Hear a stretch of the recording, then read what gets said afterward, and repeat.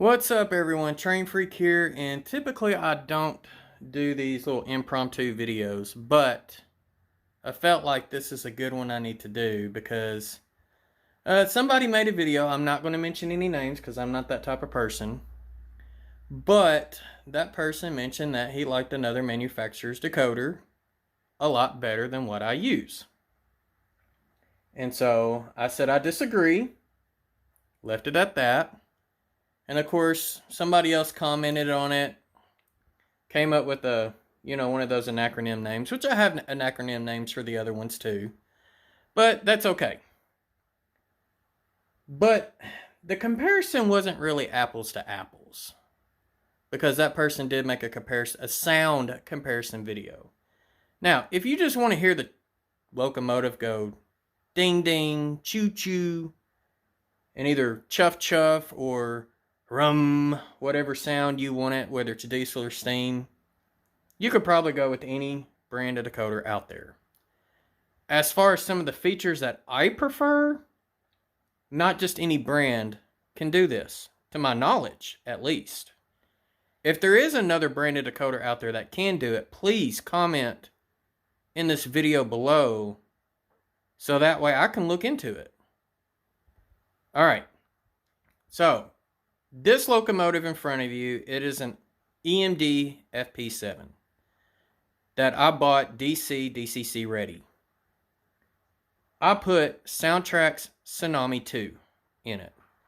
Not Soundtraxx Tsunami and not Soundtraxx Economy.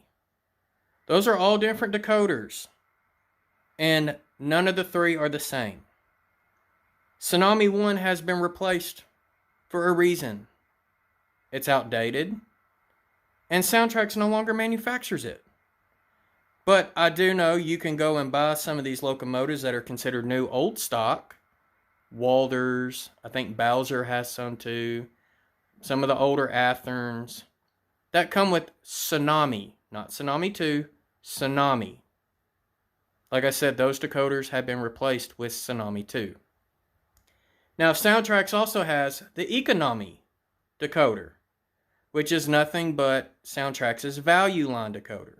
Doesn't include all the features that a Tsunami 2 has. Therefore, the reason why it's a whole lot cheaper.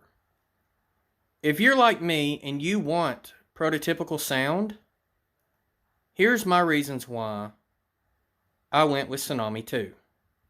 First reason, digital dynamic exhaust. And I will explain that here in just a second.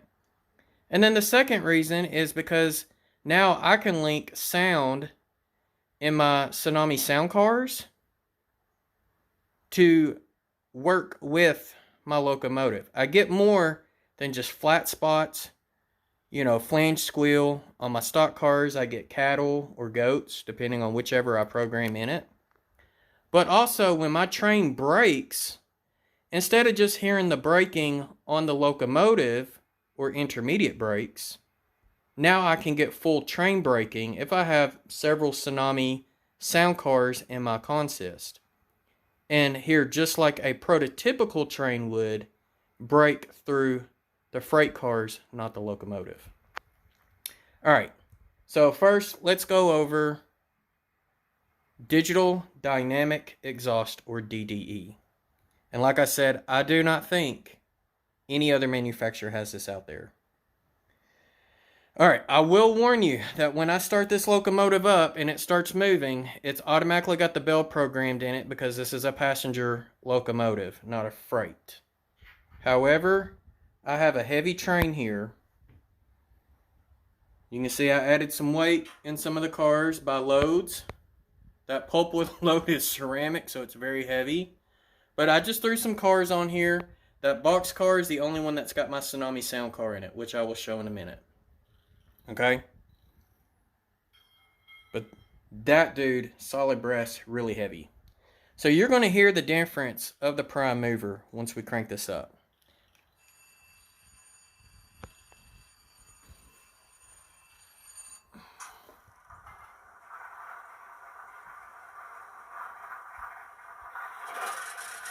Alright, I'm going to let her idle out because I want you to hear it. Listen to the locomotive notching the prime mover. This is how real it gets. I'm going to try to keep this in view so that way you can see that I'm not notching up. I'm not speeding the locomotive up. I'm not slowing it down. We're going to put it in reverse. We're going to put it on speed step 10 out of 128. So the prime mover notched up just enough to get the locomotive moving. Eventually the bell will stop.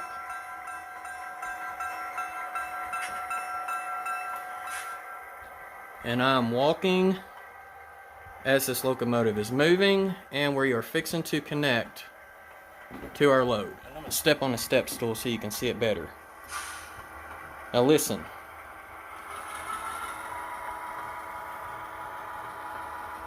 Now you hear it went up a notch because now the locomotive is having to work harder. And now that some of my 6-axle cars hit that curve, it notched up again because it's working even harder. Now that the 6-axle cars are going on a straight again, it notched back down. And look. See, up and down. I'm not doing anything, guys. And it's probably about to stall out. Alright, I'm going to go ahead and stop it. Alright, so there's the braking feature on the locomotive. So, oops, sorry. So the next thing I'm going to do is I'm going to go ahead and take these 2 passenger cars off. Alright, I'm going to set my throttle down. And we're going to add this boxcar to our train.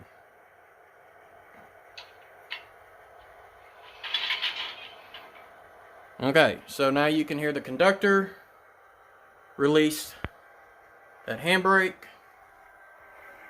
I'm going to put my magnet back down. I'm going to grab my throttle.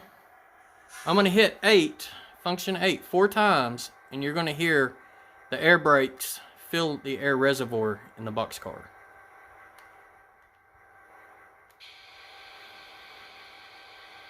Alright, I'm going to move. Put you in forward. You're going to hear the bell again, but you're also going to hear flange squeal. And clickety clack.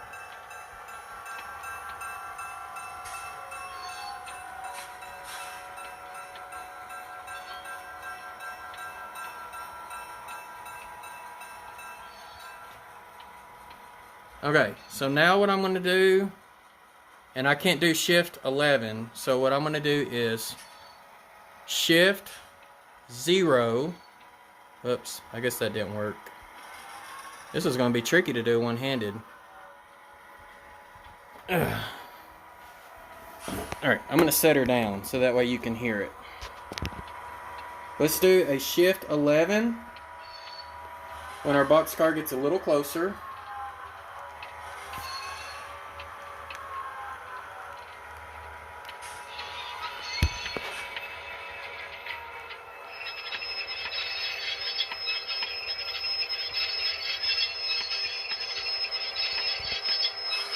Alright, now that I've got the brakes applied, that guy's notching all the way to notch 8. As soon as I let the brakes go, shift 11, locomotive goes again, you no longer hear the brakes squeal, and the locomotive is notching down. And look, my other hand's not on a throttle.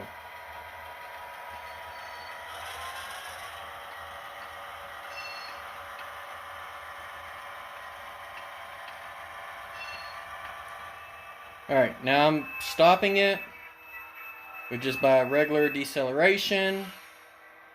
And that's when you heard the brakes on the locomotive, not the car. And I'm going to go ahead and tie this car down.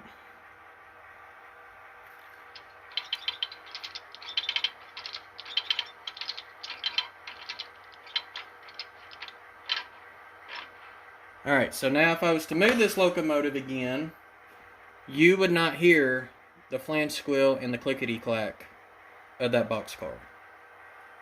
Alright, this is the reason why I prefer Soundtraxx Tsunami2 on my layout over any other manufacturer.